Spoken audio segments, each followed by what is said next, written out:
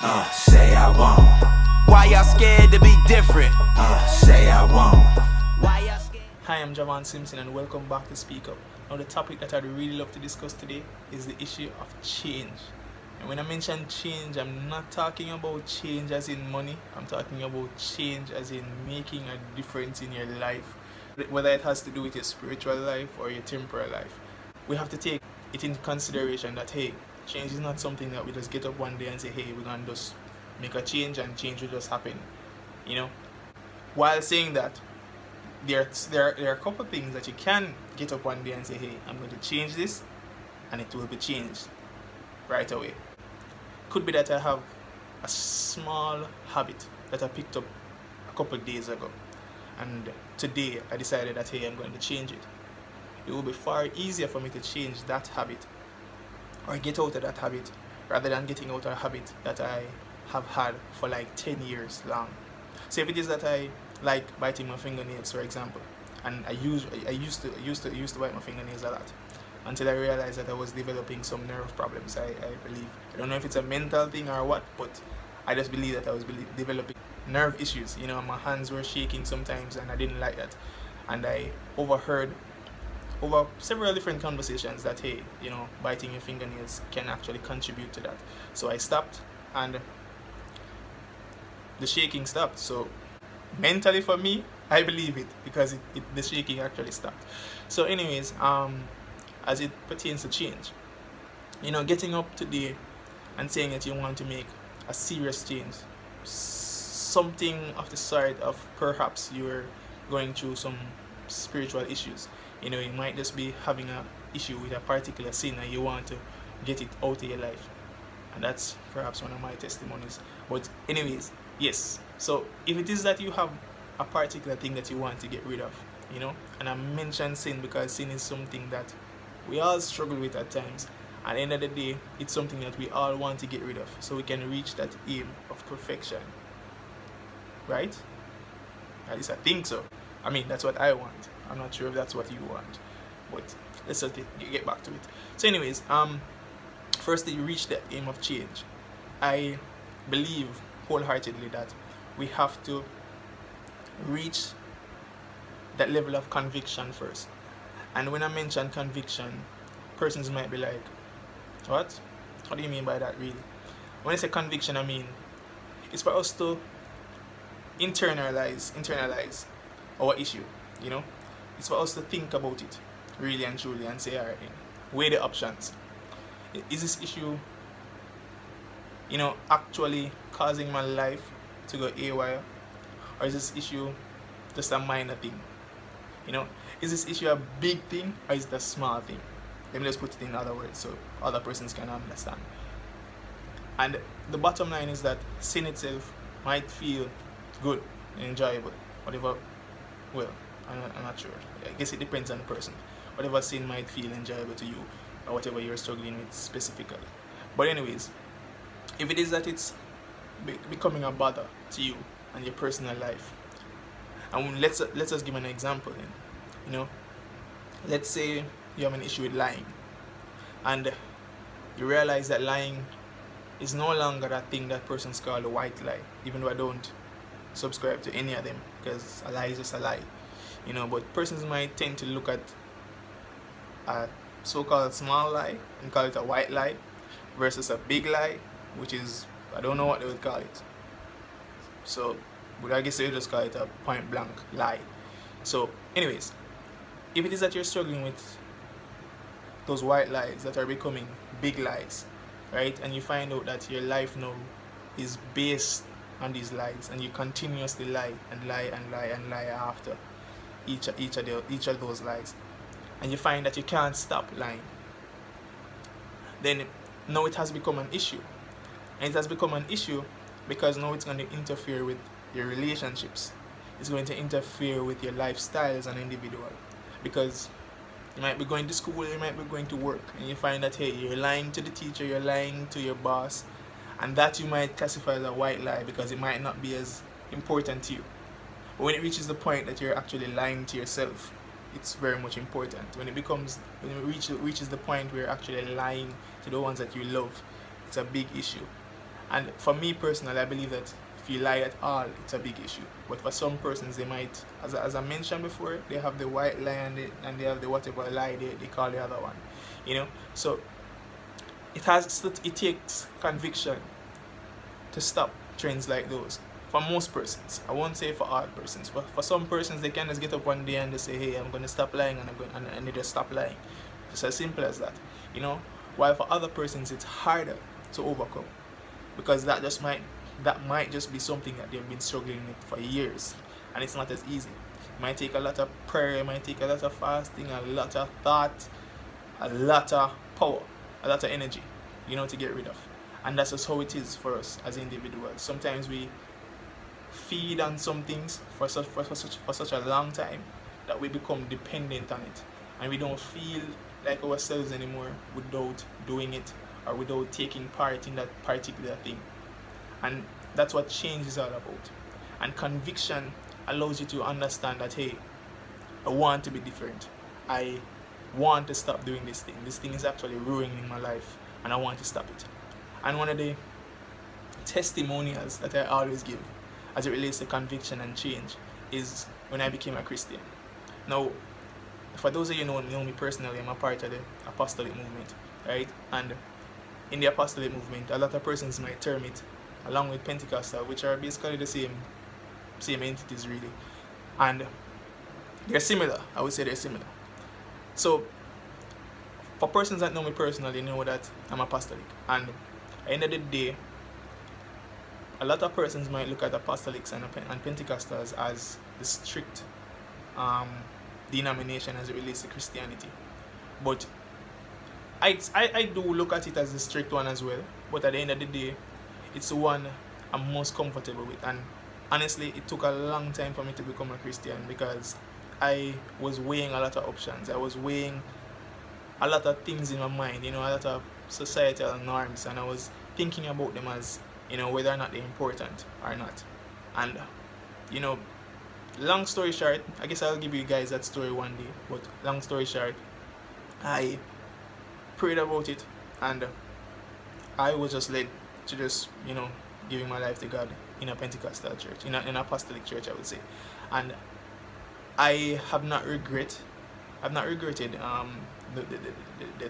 the action itself. I've not regretted living the life of an apostolic person, of an apostolic Christian.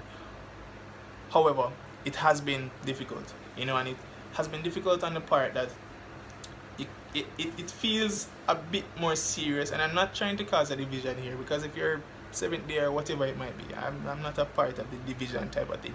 If you know me personally, you know that I'm not about that life.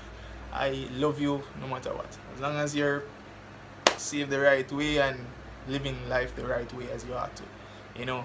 So at the end of the day, what I'm trying to say is simply this: based on the rules of my particular church, one of the rules were that you can't wear jewelry. And coming from the unsaved life, I had this silver chain, right? And the silver chain, I remember working the first summer job ever, and even though I complained about the pay, the pay was about like $11,000, and I ended up paying $7,000 out of that $11,000 to a jewelry dealer to get that silver chain, in which I loved so dearly, because I didn't feel as if I was cute or handsome enough or just photogenic enough without that silver chain. And that's just the honest truth. Persons might laugh, even I want to laugh at this very moment, because when I look back at it, I really think long and hard about it, and I'm like, whoa, I was that low in my low self-esteem, you know.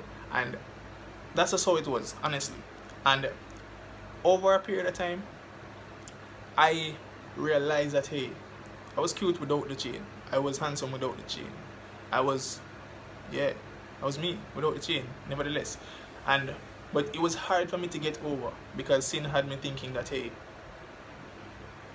you're nothing without this chain, you're nothing without having this thing that everybody else has on in society. You get me? And I didn't feel comfortable taking a picture without it. And look at it, I'm not wearing a chain, yet still I'm doing a video. Because of God, you know, He has just impacted me with the conviction enough to say, alright then. I don't want to cut the story too short, but at the end of the day, I was struggling with giving up the chain, and I realized that I didn't want to make the decision because of church. I didn't want to make the decision because a rule book at church said, hey, you can't wear chains. I didn't want to make the decision because of that. I wanted to make the decision. I wanted to make the decision because I was convicted to do this thing. I wanted to do it seriously. I didn't want to say, alright, then I won't wear chains in church and then wear chains outside of church. I wanted to not wear it at all if it meant that I didn't have to wear it or I wasn't supposed to wear it. And so I thought about it, I prayed about it, and I continued reading God's word as it relates to jewelry and all of that. And I realized that it was actually more so a rule, you know, created over a period of time. You know, despite the Bible speaking about, you know, false idols and as it relates to jewelry and all of those things, you know, I won't get into that per se, but just to give you a synopsis of it really. And, you know, it was speaking about all of those things, and I was like, yeah. And in my head, it's like I made the link, and I was like, so that's why. That's why I didn't feel like myself without the chain, because this thing became my idol. Like, it became the reason I wanted to take more pictures. It became the reason why I'd be a bit more full of myself, as it might be. It might seem. I mean, a lot of persons might think otherwise, because persons know me and I know that I'm very simple and not the type of person to be full of themselves at all. But but at the end of the day, I was becoming that person, and I didn't like that either. So I had to make the informed decision that, hey, I wanted to give up this, and it was the right thing to do. And so I did. And one of the first struggles that I had in giving up this chain was that I paid $7,000 for this chain. Upon getting to a cash for gold place, a pawn shop that I would sell this chain to and get back some money. I wasn't expecting to get back all of the money, but I was expecting to get back at least half of the money. And so it turns out that this chain was worth $1,000 at that point in time. Get you, it was real silver. But this pawn shop, I believe I was just being fooled around with. I believe that they were just, you know, messing around with me and just taking less than they should. But I mean, I just wanted to get rid of the chain, and so I thought about it, and I was like, no, this can't be the will of God for me to get robbed by these people. And I was like, no, I don't want to give it in again. And then right there and then I was like, you know what, let me just give it the chain and done.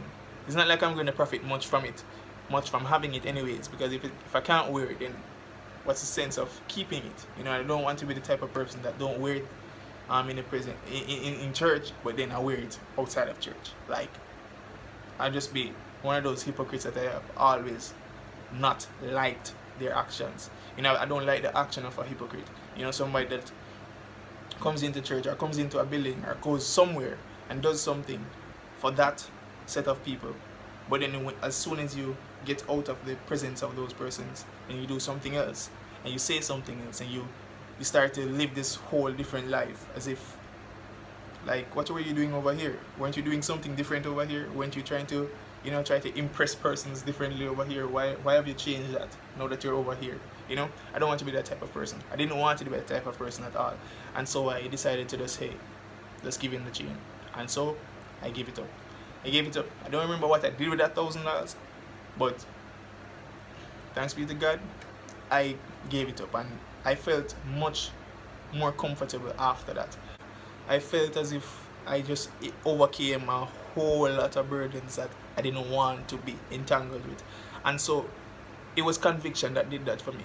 Because if I wasn't convicted, then it would have been that, hey, I would have been going to church, I would have even taken the right hand of fellowship as related to the church, and I would have gotten a certificate, and I would have pledged that I would have done things by the church's rules, and you know, and I wouldn't do things that would offend God or anything like that. And I would have just been living a lie if you understand what I'm saying, it would be that I would be saying, hey, I'm not going to do this as I'm in front of that set of people, but as soon as I get out of that crowd, then I'm like, hey, I'm going to do this. And at that point in time, I realized that persons were actually doing that, and I pledged to myself, and I don't remember if I pledged to God as well, but I'm that type of person. So let me say, I must have probably pledged to God as well that, hey, I didn't want to be that type of person, and I would be that type of person. And so for ever since I've been trying to not be that person. And I'm hoping to God that I've been holding up on my end of the bargain, because that's what I want to continue doing. So my message to you now, people, is that if it is that you're looking towards change, then let it be that you're looking towards change for the right reasons. Let it be that you're looking towards change for a good life. And when I say a good life, I don't mean a life filled with money, or a life filled with girls, or a life filled with all this hype, or whatever it might be. When I say girls, I mean the guys, really. So yes.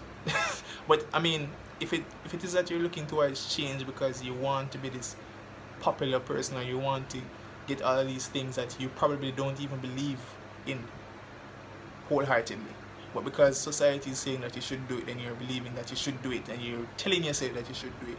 But at the end of the day, if it is that you won't feel comfortable doing it, then don't do it, because you'll have a miserable year.